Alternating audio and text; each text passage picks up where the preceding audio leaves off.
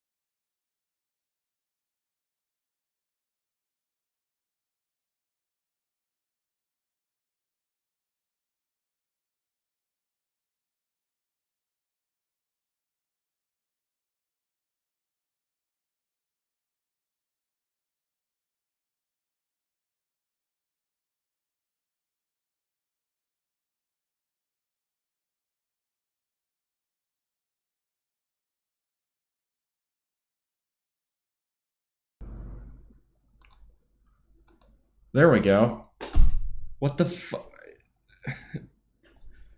Literally just, it disabled itself. Can you hear me now? How's it sound now? Is it too loud, too quiet? It's coming through as though I'm talking. Looks like it's a bit loud though, so I'm gonna turn it down a bit. That I literally changed nothing.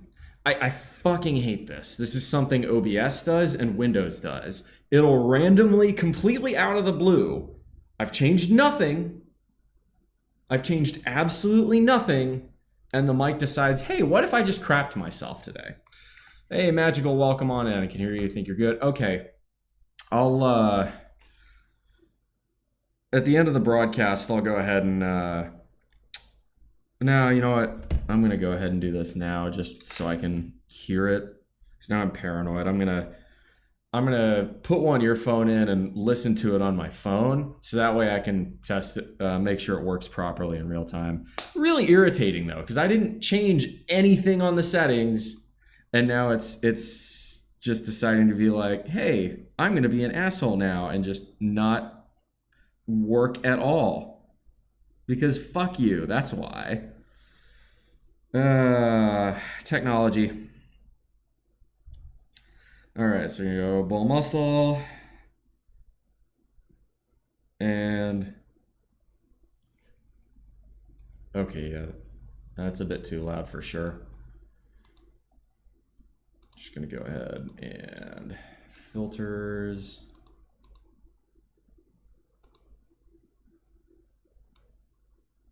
Let's tone it down just a touch. That should do it. Okay. Give it just a moment.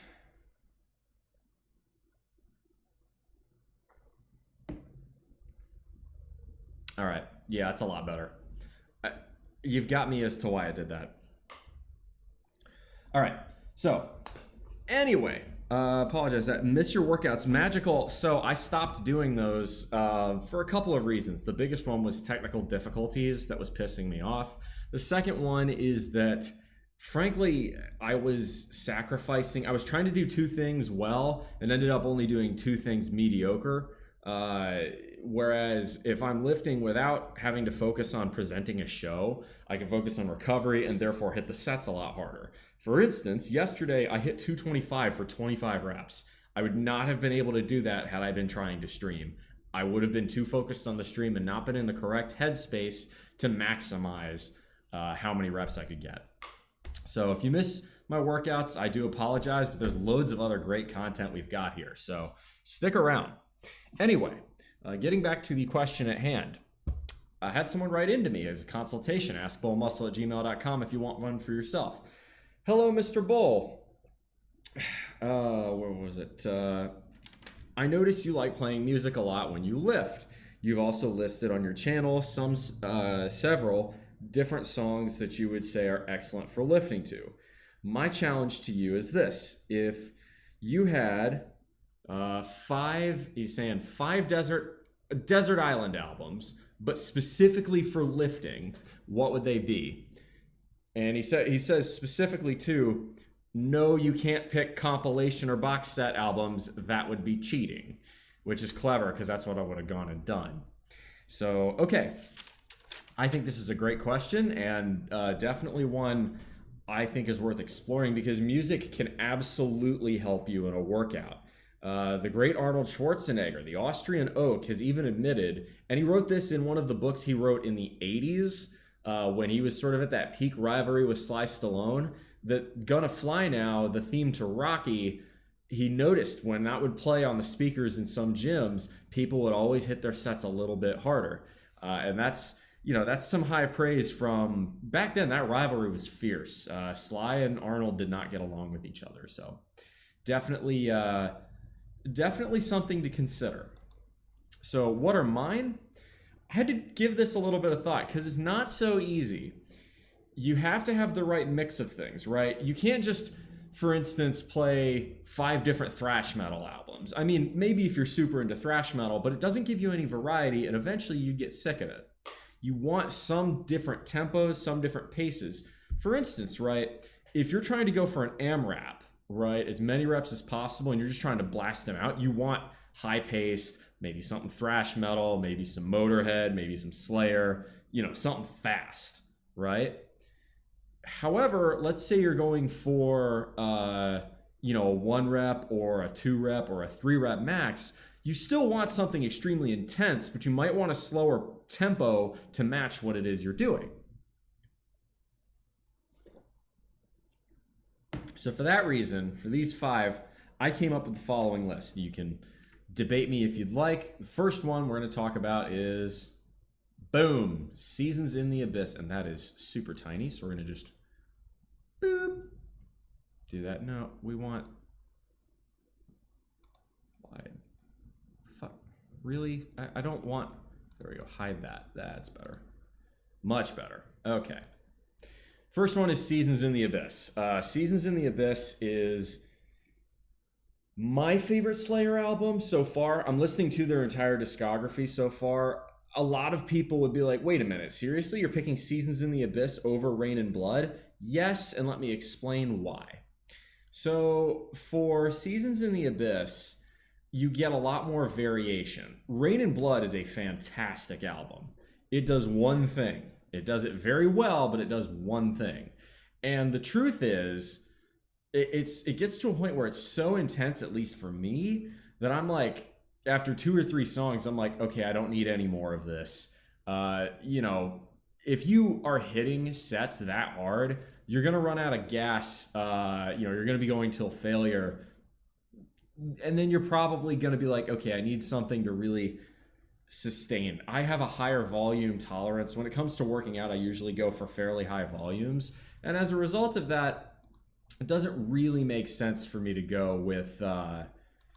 Doesn't really. Oh, there we go. Doesn't really make sense for me to go with an album that's just crazy freaking fast thrash. Seasons in the Abyss is kind of that perfect mixture because you still get some really fast headbanging songs, but you also get some intense songs that are a little bit slower. For instance, right, Seasons in the Abyss, the title track, not the fastest Slayer song they ever did, and it even has kind of a slow beginning piece. But what I've found is for a good, 10 repper kind of set, it's so good because that first minute or two, if you're psyching yourself up, perfect intro to kind of get yourself ready for that. That being said, right, if you want something intense and fast, you can still get it on this album. War Ensemble is a great example of that. Blood Red, another great track, a little bit slower, but still really good. That riff almost sounds like grunge, even though it isn't. Skeletons of Society is really, really good. Dead Skin Mask is really, really good. And frankly, you can't go wrong with any Slayer album, at least up until the 1990s. South of Heaven's great. The first album's fantastic. Obviously, Rain and Blood is iconic. It's just not... Rain and Blood's maybe just a bit too fast-paced for my cup of tea. So that would be number one. To me, Seasons in the Abyss is absolutely fantastic. I will say, if you're looking for other great albums, Show No Mercy is fantastic as well. Hell Awaits is really good. You really can't go wrong with Slayer. There's a reason people listen to Slayer in the gym. It just fucking works. So that's actually the most recent album, which maybe should give you an indication of my musical tastes. This is the most recent album of the ones I would select. The second one I'm going to throw out there, and this one was hard, is 5150 by Van Halen. And for me, I love Van Halen. I know they're, a standard boomer rock, if you want to call it that, but the trouble with Van Halen is you've got so many different excellent albums, and I had to pick one. And it came down to Fair Warning and 5150. I ended up going with 5150 because I was thinking about it. I'm like, which songs do I go to in the gym more often? And for every time I would go with Mean Street or Unchained, I would find myself hitting Dreams. I would find myself definitely hitting Get Up a lot. Just overall, 5150, the title track, really, really good on this whole album. And, if you're feeling good at the end, you can throw in Summer Nights, you can throw in Good Enough, as sort of hell yeah. Because in this album, Sammy Hagar, he knows, he's got to try and match the energy David Lee Roth had. So he kind of goes all out with it. You can tell he's trying harder than David Lee Roth tried. David Lee Roth had that effortless kind of cool. But with Sammy Hagar, at least on this album, it really works. Plus, look at this freaking album cover and tell me this doesn't make you want to lift shit. Look at this. It's literally a bodybuilder. Why can't I expand on that? Whatever. It's actually, I forget who it was. Actually, it'll probably say here. There we go. It's like Rick Valente, an actual bodybuilder, the 1983 Mr. LA Championship, holding up this sphere. I mean, again, that just makes me want to lift shit. You throw the intro to Get Up with this album cover, fuck yeah, I want to go run through a fucking wall listening to that.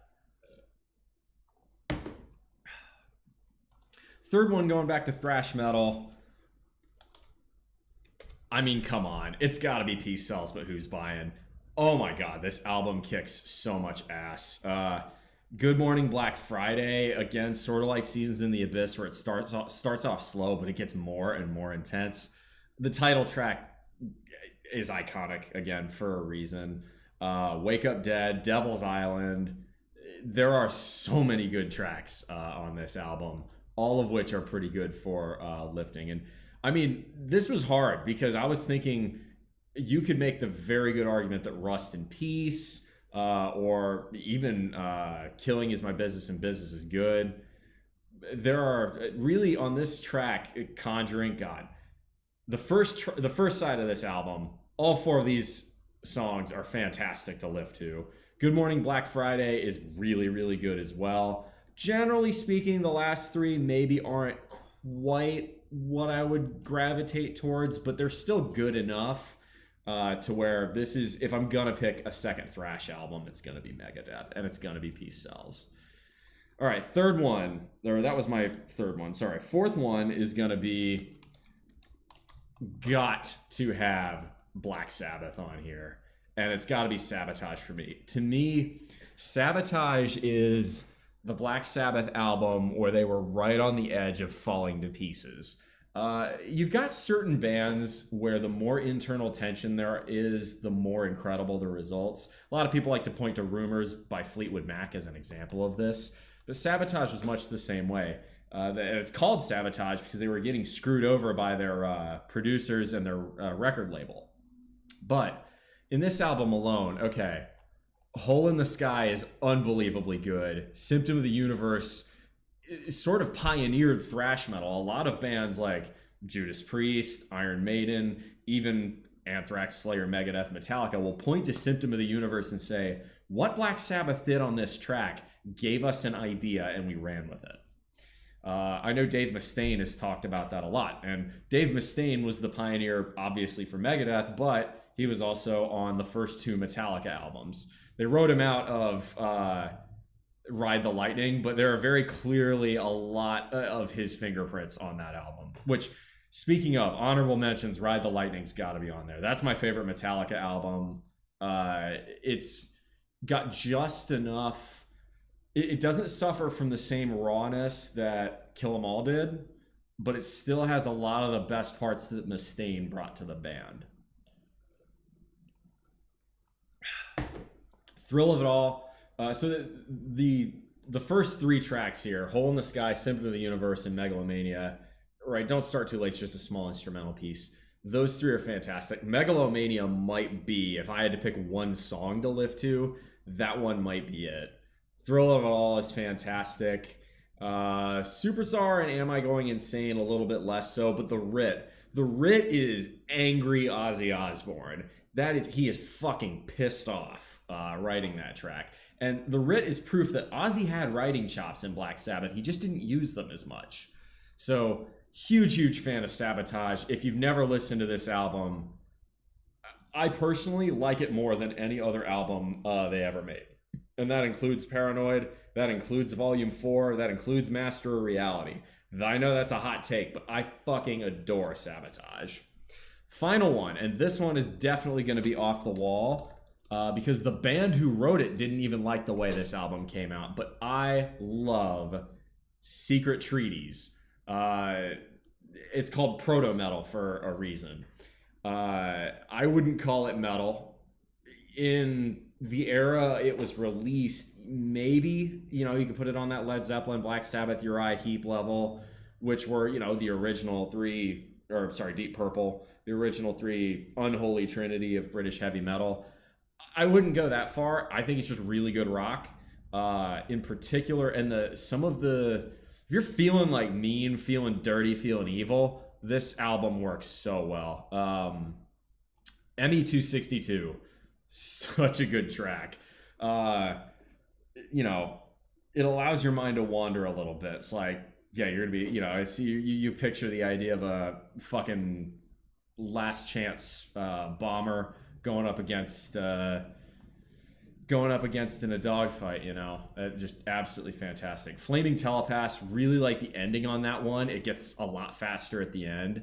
Astronomy is a terrific track. A little bit slower paced, maybe not quite as intense for lifting to, but very good nonetheless. Career of Evil, very, very good as well. Reasonably good tempo if you're looking for, something a bit more focused, like maybe some slower curls, which I did today.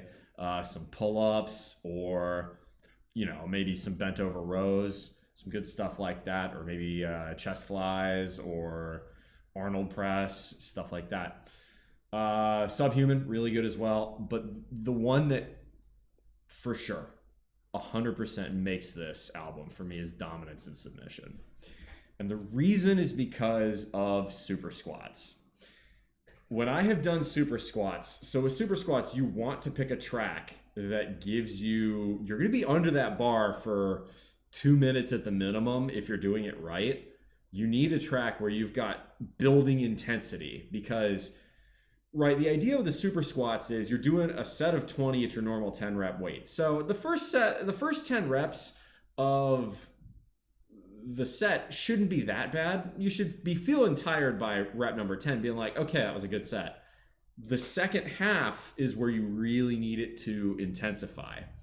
And that's what I really love about the sort of the call and answer part in the latter half of Dominance and Submission, where it's, they're calling dominance, and then he goes submission, and over the next minute to minute and a half, it gets incredibly intense. And maybe this is just how I perceive it, but it's a bit like that BDSM kind of torture when you're under there. From reps 15 to 20 especially, you're going to be breathing like a steam engine at the top. You're going to be lightheaded. You're going to be forcing oxygen into your system. And if you're not, you're going to be fucked. And you have to keep your abs tight going down. It's the sensation of being crushed. And to me, that it feels like a form of torture. It feels like, in some ways, depending on the day, how well you do it, you're either the dominant. In my case, I'm either the dominant bull, lifting the weight up successfully 20 times, or, and this has happened before, the weight gets the better of me. The weight becomes the master of the mistress, and I fail. It's really, really good. It's primal. And then at the end, it goes into this electric, fantastic guitar solo, where when you do these, you're supposed to pair it with Raider pulls or with dumbbell pullovers. So what's really nice about hitting a super squat set is you'll be finishing, if you start it right at the second bridge where he's going and looking at me greedily, says it's 1964. If you start the set there, by the time you get to the call and answer part, you're going to be between 12 and 20 reps into the set. You should be finishing right around where the guitar solo starts, and that will give you just enough time to re-rack, take 3 deep breaths, and immediately go into the dumbbell pullovers or Raider pulls. The song usually ends before I finish those 20, but that's okay. The point is, it gives you the intensity of that guitar solo, gives you just enough of a boost to finish those Raider pulls or dumbbell pullovers. I just cannot say enough great things about this song. Is the lyrical material fucked up? Absolutely. But does that mean it's bad? It's so good. It's Blue Oyster Cult. They wrote about weird, fucked up shit for like decades. That was the whole point of their band. Everybody just thinks of them as the more cowbell band, but they got so much good shit. I'm telling you, the first 3 Blue Oyster Cult albums are so slept on. It's such a good album. Can't say enough good things about it. But there you go. Those are my 5 albums for... those are the 5 albums I personally would choose for if I was stranded on a desert island with a gym and nothing else, and I could only listen to 5 albums in the gym for the rest of my life, it'd be those 5. So that'd be Secret Treaties by Blue Oyster Cult, Sabotage by Black Sabbath, 5150 by Van Halen, Peace Sells But Who's Buying by Megadeth, and Seasons in the Abyss by Slayer. Oh, Big Red Fro coming in, yes. Cities on Flame and Rock and Roll, Hot Rails to Hell. There are so many freaking bangers on the first 3 Blue Oyster Cult. They're called the Black and White albums. But people sleep on those because they only really know Blue Oyster Cult for Agents of Fortune. Great album, but Blue Oyster Cult had some really other good shit. if you are hitting a proper 20 rep set on like super squat style set, try it with dominance and submission. If you're into that kind of play in the bedroom at all, and tell me it doesn't fucking work. Oh my God. It's I'll put it this way. So I've done a couple other songs, heavier songs, Raining Blood, Peace Sells, A Domination by Pantera, Freebird by Leonard Skinner. I've tried all of those on super squat sets, and I always return to dominance and submission. It just fucking works. The timing is such that for a 2 to 3 minute set, you are in a world of hurt. And it somehow, a song about, well, that in the bedroom just works really just magic with it. Strongly, strongly recommend. There you go. If you're wondering, do I enjoy stuff in the bedroom? You can imply a lot of things from the last 5 minutes of discussion, but there you go. Those would be the 5 I'd pick. If I could pick compilations, gosh, I would definitely look at, a Van Halen compilation. Probably. No, see, the problem is any Black Sabbath compilation is not going to have the songs I want on it from Sabotage. I'd probably still go with Sabotage. I'd maybe look at a Rush album or two. A couple other honorable mentions would definitely have to put Ride the Lightning on there by Metallica. Facelift by Alice in Chains. Definitely Facelift would be up there.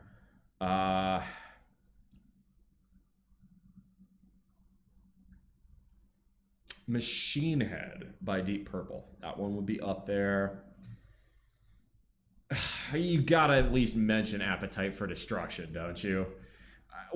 I would never put it up there. I love, Out to Get Me and Welcome to the Jungle. Fantastic.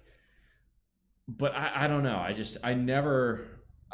I've lifted many a time to Appetite, and I don't know. It's like, would I put Appetite over any of those 5?